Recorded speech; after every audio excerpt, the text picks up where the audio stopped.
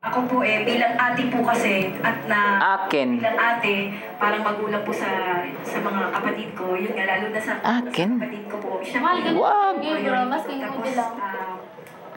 tipid. House? Tipid po. Oo. Nalaglag. Magkano budget per day? Ha? Mabityo?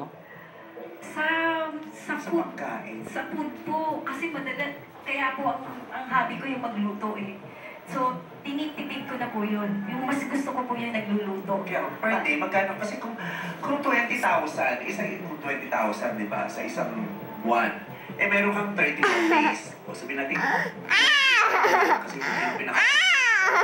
Gabidyo. 28 sa February, 28 lang. Ow! 28. Ano ko, pangitik na taon. Sabihin natin 30 days. So less than 1. Abi, oo, agtimakan ha. Hindi lang maglupad Magbabayad doon. kang kuryente. Magbabayad kang tubig. Yung nanay mo may maintenance. Yung kapatid mo may malalang karamdaman, ipapadala mo sa ibang bansa. Dali. Hirap. Honestly po, utang po.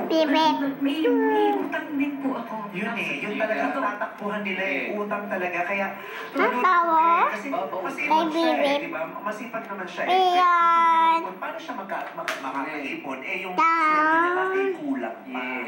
Di ba? Kaya kailangan talaga nilang, alam mo yung mga breadwinners talaga dapat may benepisyo. Di ba? Dapat may tumutulong sa dapat merong kaagapay yung mga breadwinners, di ba? Kasi mahirap talaga para sa kanila Gustuhin man nila, maliit yung sweldo nila Paano pagkakasya Buti sana kung kasi maliit yung sweldo, pero mura din bilihin. Di ba? Maliit ang sweldo, pero libre ang medisina. Di ba? Maliit ang sweldo, pero libre ang gamot. Hindi. Maliit ang sweldo ng mga manggagawang katulad niya, at saka informal worker wala kang benefits, tama?